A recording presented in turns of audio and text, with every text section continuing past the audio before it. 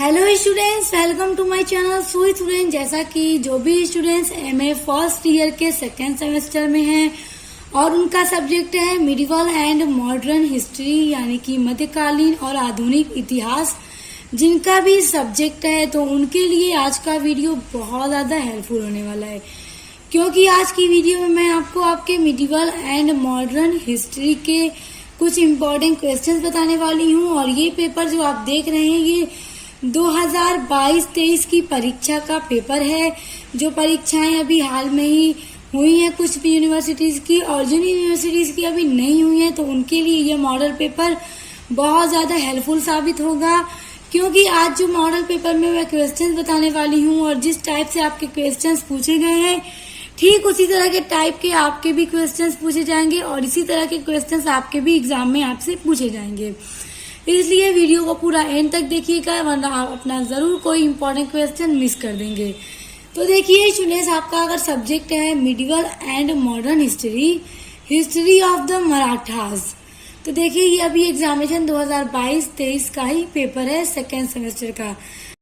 तो चलिए स्टूडेंट्स, अब स्टार्ट करते हैं आज का वीडियो और आपको बताते हैं आपके इम्पोर्टेंट क्वेश्चन जो कि आपके एग्जाम में आएंगे ही आएंगे। तो स्टूडेंट्स देखिए, सबसे पहले जो आपके पेपर का टाइम है वो 3 आवर्स का होगा और जो मैक्सिमम मार्क्स है वो 75 आपके पेपर का होता है। अब देखिए आपके पेपर में नोट दिया जाता है attempt question from all section as per instructions, यानी सभी खंडों से निर्देशानुसार प्रश्नों के उत्तर दीजिए। आपको आपके सभी खंड के ऊपर इंस्ट्रक्शंस दिए जाएंगे, निर्देश दिए जाएंगे, उसी के अनुसार आपको प्रश्नों का उत्तर देना होगा। देखिए आपके पेपर में 3 खंड होंगे, खंड अ, ब एंड स।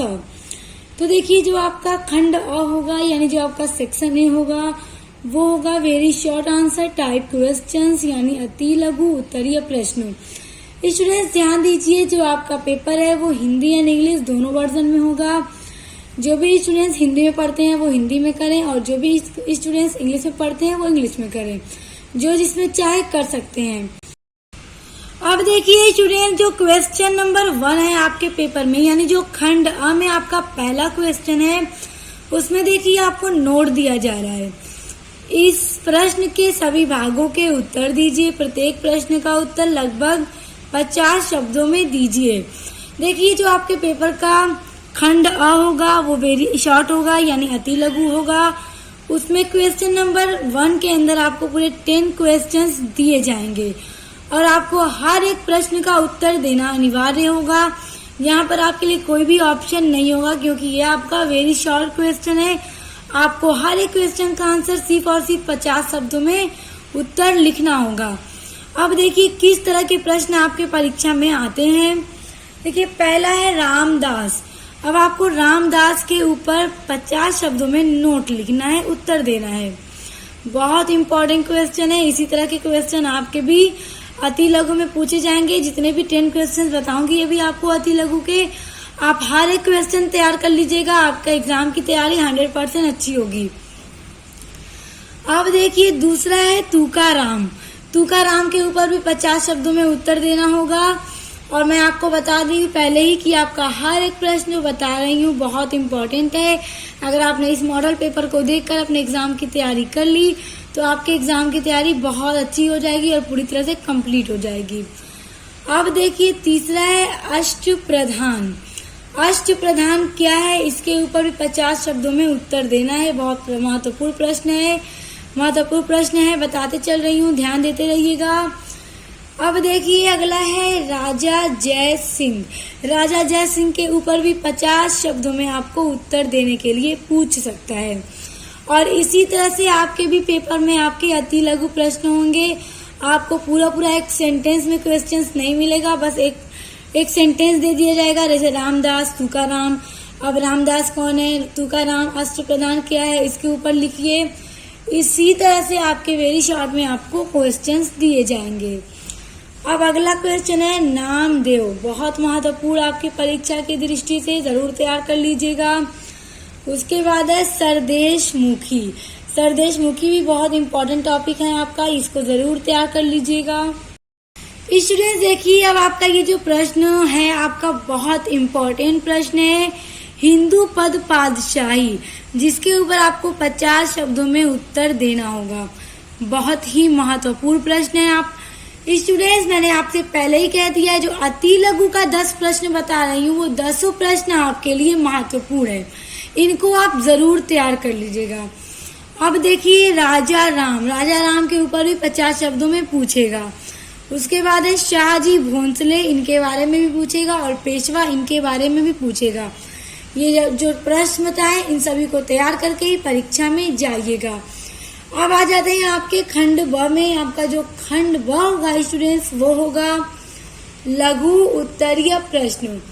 खंड अ में अति लघु, खंड ब में लघु, यानी अब 50 शब्दों में उत्तर देना था, अब देना होगा 200 शब्दों में हर एक प्रश्न का उत्तर, और हर एक प्रश्न का जो मार्क्स होगा वो आपका 7 होगा। अब देखिए इसमें क्या नोट दिया जा रहा है आपको। इस खंड के किन्हीं 5 प्रश्नों के उत्तर दीजिए। प्रत्येक प्रश्न का उत्तर लगभग 200 शब्दों में दीजिए।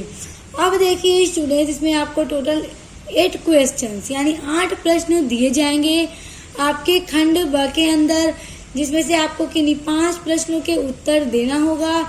यहाँ पे आपके लिए ऑप्शन है, आपको जो भी 5 प्रश्न अच्छे से आए आप उनका आंसर दे दीजिएगा।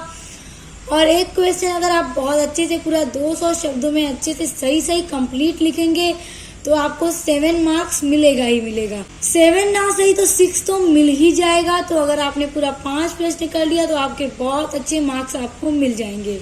देखिए खंड ब में जो पहला प्रश्न है, मराठों के उत्कर्ष के क्या कारण थे।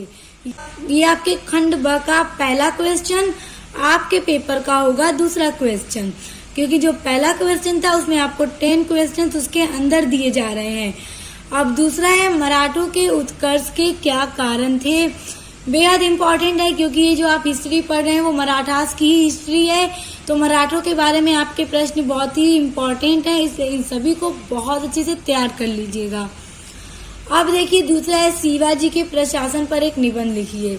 मोस्ट इम्पोर्टेंट क्वेश्चन स्टूडेंट्स, अगर आप इस मॉडल पेपर को ही देख करके अपने एग्जाम की तैयारी कर लें, जो भी स्टूडेंट्स को ऐसा लगता है हमारा सिलेबस काफी लॉन्ग है, हम कहाँ से पढ़ाई स्टार्ट करें, किस तरह से एग्जाम की तैयारी करें, तो ये मॉडल पेपर उनकी पूरी हेल्प करेगा। ये सभी क्वेश्चंस आप तैयार कर लीजिएगा। अब देखिए आपका क्वेश्चन नंबर 4 है, एक प्रशासक के रूप में राजा राम के कार्यों का मूल्यांकन कीजिए। इसी टाइप के प्रश्न आपसे पूछे जाएंगे। पेशवाओं के उत्कर्ष के क्या कारण थे। देखिए सिर्फ इसी तरह के प्रश्न आएंगे कि मराठों के उत्कर्ष के क्या कारण थे, पेशवाओं के उत्कर्ष के क्या कारण थे, शिवाजी के प्रशासन पर निबंध लिखो, मराठों के प्रशासन पर निबंध लिखो। इसी टाइप के क्वेश्चंस आपके एग्जाम में स्टूडेंट्स आपसे पूछे जाएंगे। इसलिए इन सभी टॉपिक को अगर आपने तैयार कर लिया तो आप अपने एग्जाम में काफी अच्छे मार्क्स गेन कर लेंगे।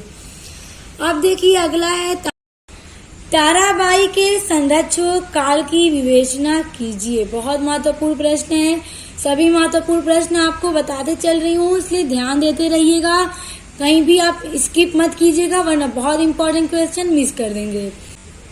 अब देखिए अगला है शिवाजी के कर्नाटक अभियान पर प्रकाश डालिए। बहुत इंपॉर्टेंट है, ये प्रश्न आपकी परीक्षा में आएगा ही आएगा, टॉप लेवल का ये क्वेश्चन है, इसका आंसर जरूर तैयार करिएगा।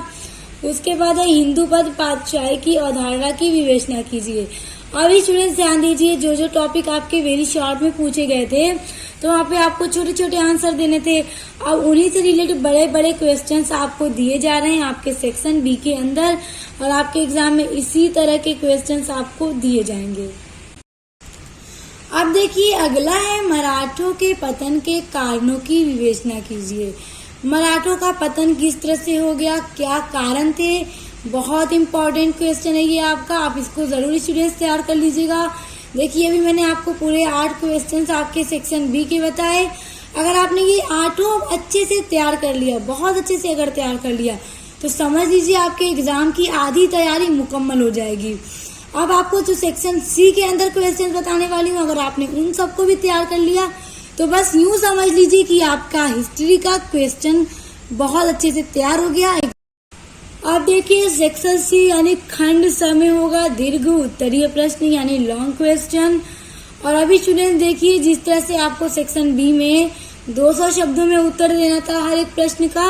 अब जब ये लॉन्ग आ गया है खंड स, तो इसमें हर एक प्रश्न का उत्तर 500 शब्दों में देना होगा। यहाँ पर आपको टोटल 4 प्रश्न दिए जाएंगे, जिसमें से किन्हीं 2 प्रश्नों के उत्तर देने होंगे। आप देख सकते हैं इस खंड के किन्हीं 2 प्रश्नों के उत्तर दीजिए। प्रत्येक प्रश्न का उत्तर लगभग 500 शब्दों में दीजिए। 500 शब्दों में अगर आपने बहुत अच्छे से उत्तर दे दिया तो स्टूडेंट्स बस यूँ समझिए कि आपके पूरे 10 मार्क्स एक क्वेश्चन के ऊपर मिल जाएंगे। अगर आपने 2 क्वेश्चंस को अच्छे से लिख दिया, अच्छी हैंड राइटिंग में एकदम सही से 450 से 500 शब्द के अंदर आपने लिख दिया, तो आपको 9 नंबर तो आराम से मिल जाएंगे। तो 20 नहीं 18 नंबर आपको पूरे आपके लॉन्ग में मिल जाएंगे। और ये नंबर स्टूडेंट्स बहुत ज़्यादा मायने रखते हैं, एक नंबर आपके एग्जाम में बहुत ज़्यादा मायने रखता है।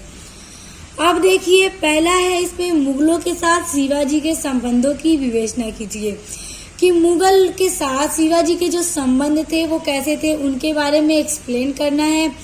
बहुत इंपॉर्टेंट क्वेश्चन है स्टूडेंट्स, आपको ये सभी प्रश्न अच्छे से तैयार कर लेना है। किसी भी क्वेश्चन के बारे में आपको ये नहीं सोचना है कि हो सकता है ये ना आए, इसे इग्नोर कर देते हैं। तो इग्नोर करने की कोशिश मत कीजिएगा, वरना अगर यही क्वेश्चन एग्जाम में आ गया तो फिर आपको प्रॉब्लम होगी।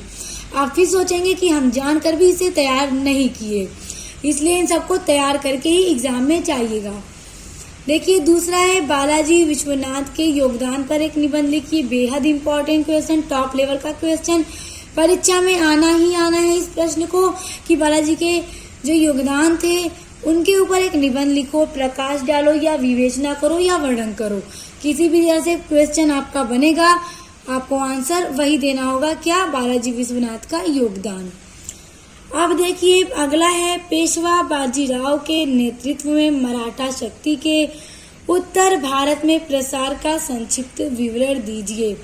पेशवा बाजीराव के नेतृत्व में मराठा शक्ति के जो उत्तर भारत में प्रसार है उनका संक्षिप्त विवरण दीजिए। बेहद इंपॉर्टेंट है, आप ये सभी प्रश्न अगर तैयार कर लेंगे तो आपका सेक्शन सी पूरा तैयार हो जाएगा।